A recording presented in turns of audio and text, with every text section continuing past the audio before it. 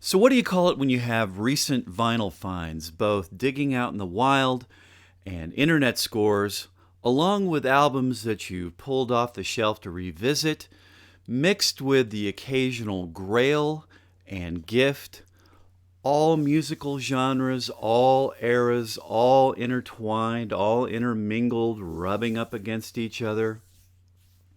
What do you call that?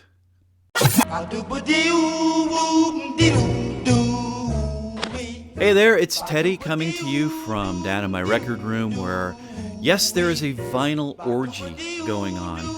The theme here is, well, there is no theme. It's all of the above and anything in between. I'd like to take a moment to acknowledge that, yes, I have been away for some time again, but I can report that we have successfully moved my mother into a wonderful assisted living facility where she's comfortable and happy, and have prepared our parents' home in Michigan for sale. So, you know, such is life for someone of my age, but also music in vinyl is still a significant part of that life. So I would like to begin by digging into the contents of this very significant package that arrived not too long ago from Stockholm, Sweden. So let's check it out.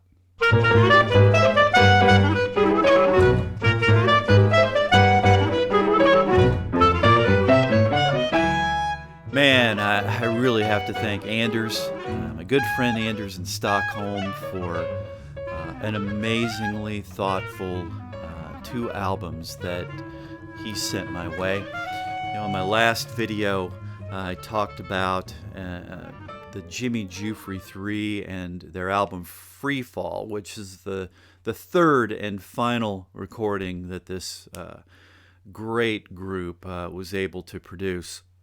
Of course, the Jimmy Giuffre 3 is Jimmy Giuffre on clarinet, Paul Bley on piano, and Steve Swallow on acoustic bass.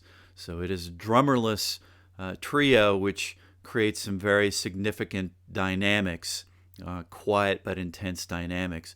But to further the discussion, Anders included a original 1961 Verve release called Thesis by the Jimmy Giuffre 3. It's a gorgeous gatefold that has that laminated 60s luster that I love so much, like 60s Impulse and Atlantic Records. Cover here is by Pete Turner, who wound up doing a lot of those evocative covers for CTI records in the 1970s. But again, this is a 1961 recording, the second of 3 where they're heading towards that ultimate freedom. There are composed numbers, tracks here, but they always kind of state the theme and then release to this counterpoint improvisation that they just did so well. And again, I think they just got lost in the shuffle because it was more of a quiet European 20th century chamber music type feel, and really went against the grain of what was happening with the more muscular and loud statements that were coming out of New York at the time. Anders, wow, man, this is just, I love it. And again, can't thank you enough. The Jimmy Giuffre 3 Thesis on Verve Records from 1961.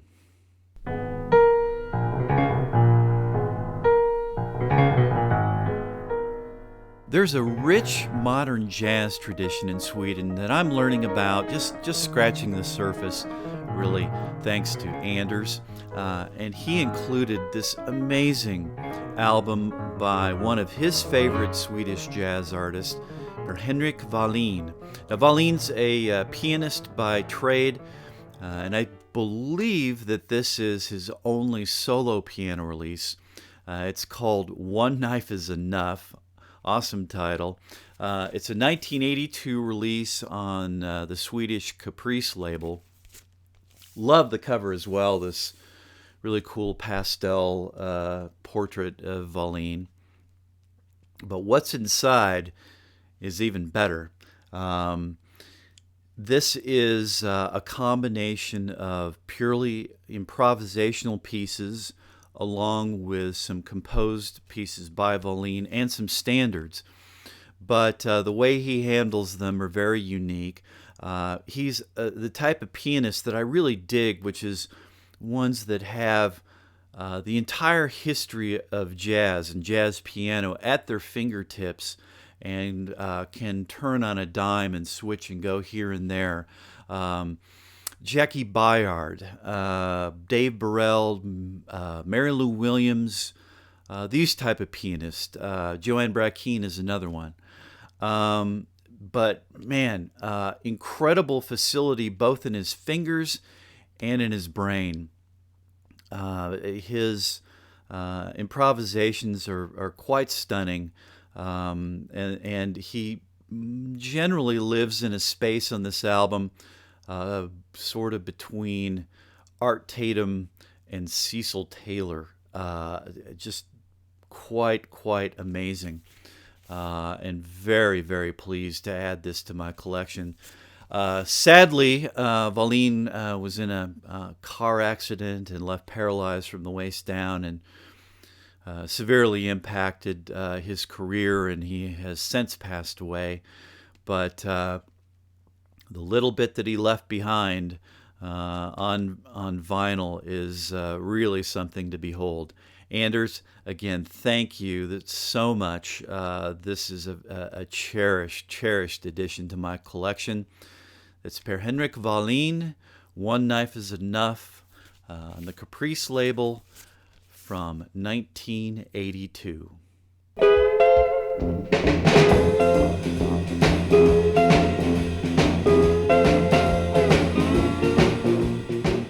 We managed to survive the brutal winter of 2013-14, but it has turned into one glorious spring here in Kansas City. It is just gorgeous out right now. And that change has me thinking about some music on my shelf that I have not listened to in quite some time. I'm sure it's very similar to a lot of you, where the change in season just really kind of recalibrates your brain, and you seek out other things as well. For me currently, I have an interest in revisiting some very real, very raw electric blues. The kind of blues it's ripped right out of the clubs, the West Side and South Side Chicago blues clubs of the 1960s, where you can sense and feel the boozy, woozy, smoky environment that was prevalent in that time frame. People like Hound Dog Taylor, Eddie Shaw and his Wolfgang. But a particular favorite of mine is J.B. Hutto and his Hawks. And I've had this album for many years.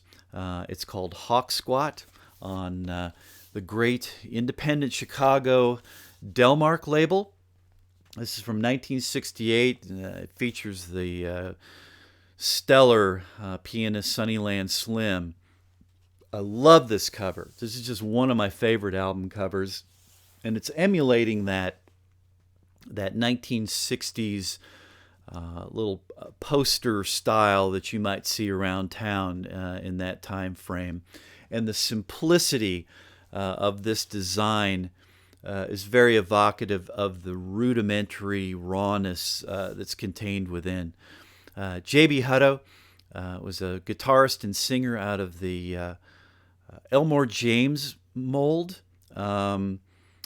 Electric slide guitar and just a very raw, again, singer. Love it. It just really, really fits in with this change of season of rebirth, regrowth of roots, and just the rootsiness of this. Um, yeah, just love it. J.B. Hutto and his Hawk Squat from 1968 on Delmark Records.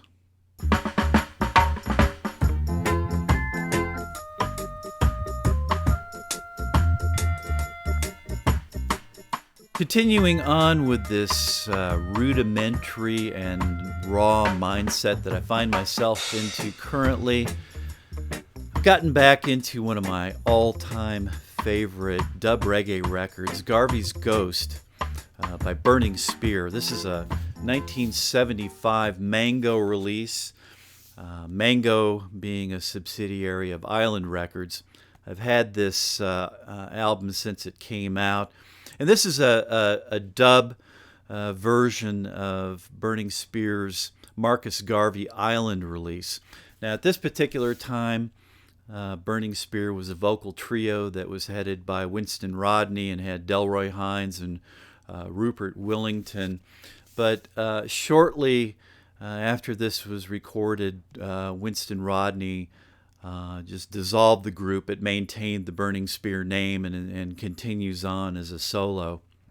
But apparently he was very upset with the way the Island record, Marcus Garvey, sounded and was mixed. And this was seemingly an attempt to smooth things over and appease him. It didn't work as he went on to start his own label and just kind of be in more control as an artist. But all that being said, I still love this album, and again, this very raw, very rudimentary nature that you'll often find in dub records is just a perfect fit for me right now.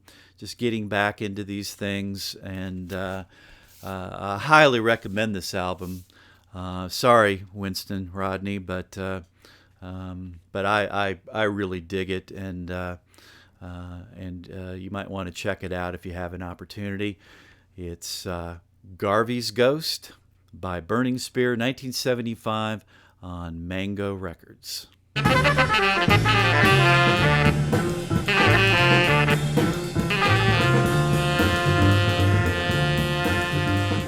Well, back on the jazz trail, I could never stray too far away from jazz. I never have, and I doubt if I ever will. But if you bear with me for a moment, I've got a backstory to this next album I'm going to show and talk about. I was having a conversation with my friend Mike Johnston. Now, Mike is a bass player with the Northwoods Improvisers up in Michigan. He's an educator, and he has hosted an amazing radio program for the last 25 plus years called Destination Out. I'll put a link down here to the program. It comes on Sunday evenings at 11 p.m. Eastern Time, so I religiously record it. Mike, bar none, is the most knowledgeable person I've ever known in regards to avant-garde and free jazz. Incredible wealth of knowledge. Anyway, Mike and I were talking about one day the quote-unquote underappreciated artists in jazz, and you soon come to the realization that anyone outside of Louis Armstrong, Duke Ellington, Charlie Parker, Miles Davis, John Coltrane, people of this ilk, anyone outside of that sphere is going to be underappreciated. Jazz, today is underappreciated. So it's an overused term that I am just incredibly guilty of cavalierly tossing about, and I'm going to do my best to try not to do that moving forward. But Mike brought up a really interesting point about the great drummer Max Roach. Max, of course, played with Charlie Parker and had an incredible hard bop group in the 50s with the great trumpeter Clifford Brown. And when after Clifford Brown was tragically killed in an automobile accident, Max Roach continued on. He continued to grow and evolve through the 1960s, 70s, and 80s. And for whatever reason, the Jazz Mafia just stopped paying attention to Max. And within that arc, he had an incredible quartet in the mid to late 70s that just really didn't make their way here to the States. They did a lot of touring in Europe. In Japan, they were recorded, and there were some albums that were released in Japan only, never in the United States, and they have never been reissued on CD or vinyl, so they've only existed in a narrow window. And Mike generously was able to facilitate a deal with a Japanese dealer that he's been working with for a number of years, and he was able to come up with what became a grail, an instant grail, and was able to score for me a copy of Nommo. This is a 1978 release on the Japanese Victor label. It was recorded in 1976 in Switzerland and features this amazing quartet of Max Roach on drums, Reggie Workman on bass, Billy Harper on sax, tenor sax, and Cecil Bridgewater on trumpet. Just incredible. I mean, I'm going to go bold. I'm just going to go bold, and I'm going to say it that right now this is clearly my second favorite jazz quartet behind John Coltrane's famous quartet of McCoy Tyner on piano, Jimmy Garrison on bass, and Elvin Jones on drums. This is stunning material. Nommo is a composition also, and it runs both sides. It's one song, two sides. First off, it's the most stout, one of the most stout, I don't want to say the most, one of the most stout rhythm sections you'll ever hear between Max Roach and Reggie Workman. Just incredible. They're so tight. It's hair-raising to me. This song, two sides, as I say, they state the theme of the song, and then one of the musicians takes an extended solo. They come back, restate the theme, and then the next one steps up for an extended solo, and it goes on this way until they come back together and end it on side two. I cannot recommend this enough. It is just, it's hard to express when you encounter something that's just so right. I was also able to, in that deal, pick up a copy of Max Roach Quartet Live in Tokyo Volume 1. It has a wonderful composition on here, Cavalry, a Billy Harper composition. So I cannot thank Mike enough, A, for his friendship, and B, for helping to facilitate this transaction with this Japanese dealer. It's just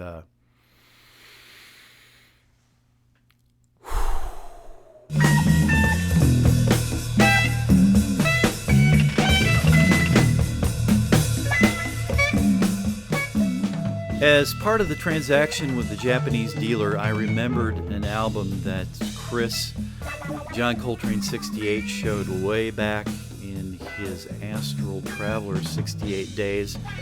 It's a group called Air, not to be mistaken with the AACM group Air that featured Henry Threadgill and Fred Hopkins and Steve McCall, or the French electronic outfit called Air.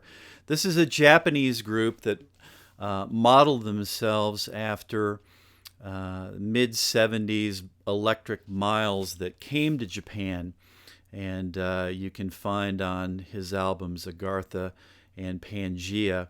So it's a they really go after it, in that Miles vein. This is on the Three Blind Mice label, recorded in 1977. Really clean copy. Does not have the Obi strip, but I'm not one that's into them. I want full frontal album cover. Thank you very much.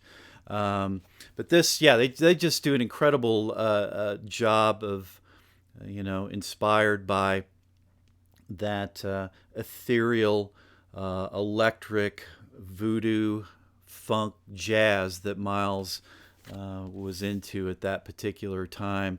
And this album at times is even more ethereal than those offerings. So very enjoyable if you're into that particular era of Miles. It's like Nommo, it's one cut called Air on both sides. So, you just put it on and take off on a journey with these guys. But yeah, really happy to have added this to the collection after having it on the want list for that long. So, Chris, man, thank you again for showing this originally. Air by Air, 1977 on Three Blind Mice Records.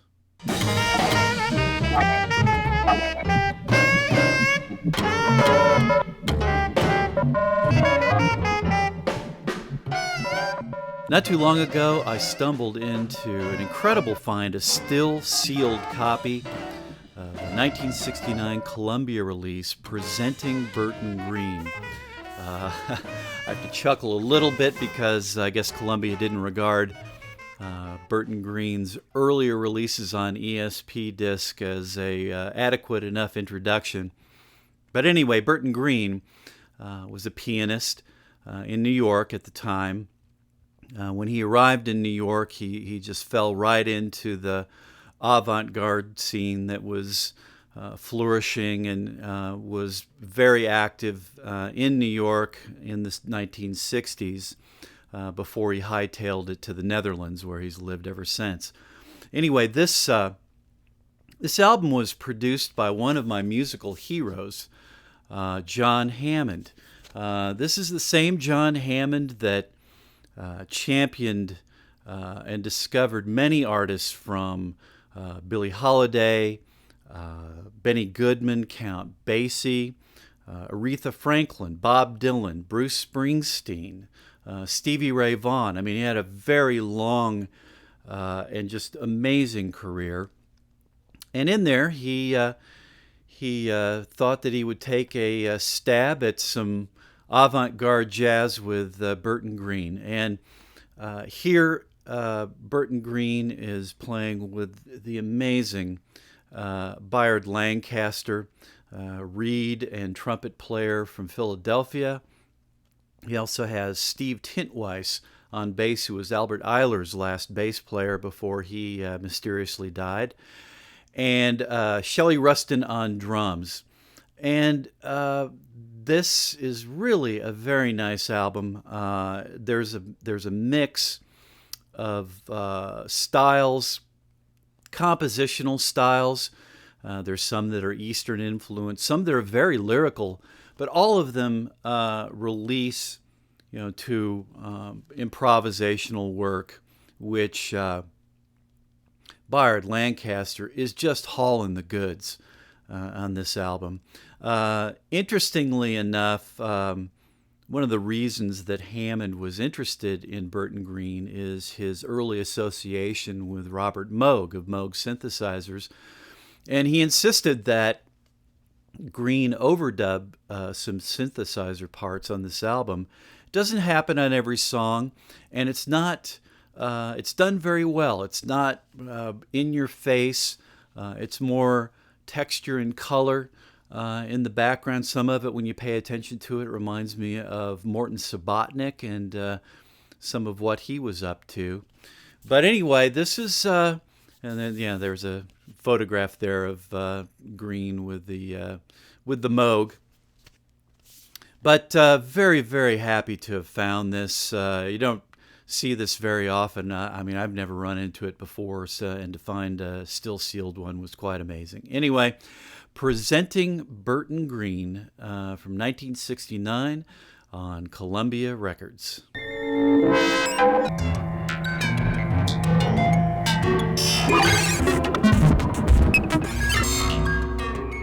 The synthesizer work that was evident on presenting Burton Greene got me fired up to pull my copy of my favorite Morton Subotnick LP, The Wild Bull. This is a 1968 Nonesuch release.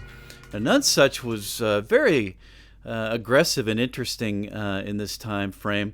The year before, in '67, they had commissioned 20th century composer Morton Subotnick to come up with a piece and record it. It was a synthesizer piece called Silver Apples of the Moon. Silver Apples, 1967, synthesizer. Well, you know, Simeon from the group Silver Apples claims he never knew about Subotnick or the synthesizer work that he was doing. I don't know. Maybe. But anyway, Nonesuch commissioned Subotnick, and very interestingly, he gave $500 to a synthesizer designer named Don Buchla. Now, Don Buchla was a competitor of sorts to Robert Moog, and what Subotnick was after was a wholly new instrument. And the way they approached this design, instrument design, was to not include a traditional keyboard at all. It had other methods of activating the sound, different touch pads and knobs and things, where on the Moog synthesizer, it had included a traditional keyboard. And I think that's why, you know, it took off more than Don Buchla's. But Buchla's is also just very, very interesting instrument that was used to create both Silver Apples of the Moon and the 1968 commission piece, The Wild Bull. And this is just, you know, texture, rhythm, you know, basic, typical 20th century kind of components. And it's just fascinating. It's just, you know, it's not for everybody, of course, but, you know, if you get locked into it, it becomes very interesting sounds, rhythms, textures, etc. So I really dig it, and I love early synthesizer in 20th century music. Edgar Varese, Milton Babbitt, people like this, Stockhausen. But anyway, 1968, The Wild Bull, Morton Subotnick on the Nonesuch label.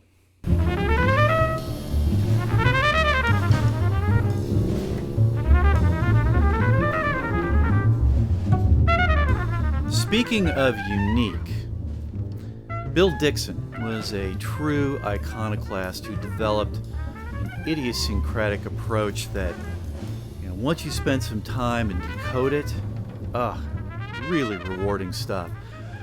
This is a 1987 Soul Note release, Thoughts, on the Italian label Soul Note, and this demonstrates very well this approach that he developed over time of having multiple bass players and percussionists laying down a very busy, churning, bubbling foundation for the front line players to, come and go as they please. It's kind of like classical Indian music, where you've got the tablas and other percussion instruments getting, very, very busy, and sitar or sarod can move about in more open space. Bill Dixon was a trumpet player and pianist.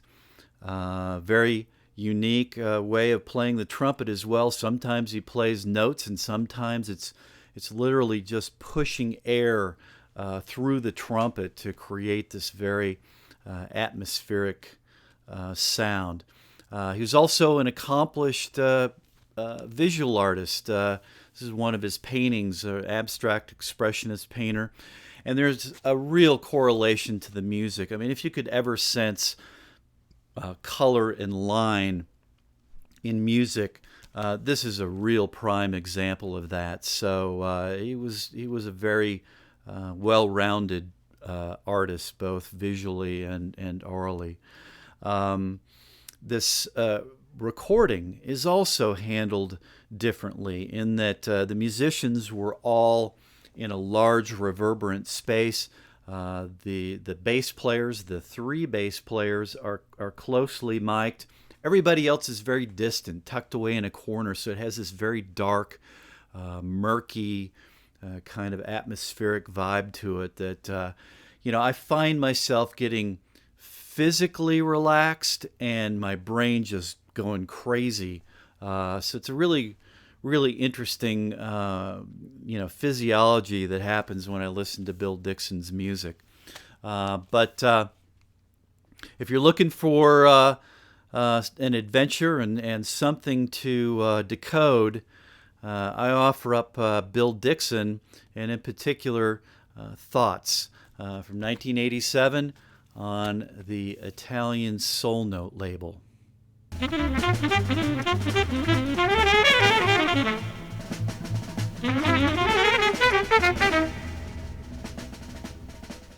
Well, what we have here is a bona fide 1960s modern jazz classic. It's Flight for Four from the John Carter and Bobby Bradford Quartet. It's a 1969 Flying Dutchman release that also happens to be a white label promo. Anyway, it is nice gatefold. It has that lovely laminate cover that I enjoy so much, but the music again is even more enjoyable. This group was based out of Los Angeles, and therein lies a problem. Because the Jazz Mafia, for whatever reason, just kind of turned their back on the West Coast unless you were white and playing cool jazz. People like Horace Tapscott, suffered from this. Unless you spent time in New York or went to Europe, that's where you might be more recognized. But if they had gone that route, I think that this group would be much more known, and this album in particular, I think, would be on many lists of top albums, jazz albums from the 1960s. It's that good. The group consists of John Carter on reeds, and he does most of the compositions. There's one composition by trumpet player Bobby Bradford, and you have Tom Williamson on bass and Buzz Freeman on drums. Sometimes he was called Bruzz Freeman. And this group, much like the Max Roach Quartet of the 70s, just are so together musically. There's not major fireworks going on here. It's just really solid collective play. I mean, they're so tight together. And are just very loud and proud in that manner. So I know this has been reissued on CD, and I highly recommend that you seek this record out. There's a little bit of a Ornette Coleman connection here. He actually suggested that they play together. Bobby Bradford had been Coleman's trumpet player before Don Cherry, and then Bradford was drafted into the Army, and Cherry took over from there. But there's definitely a Coleman vibe here. It's not too heavy-handed, not overplayed. They have their own thing cooking, and it is just wonderful. So again, this is 1969.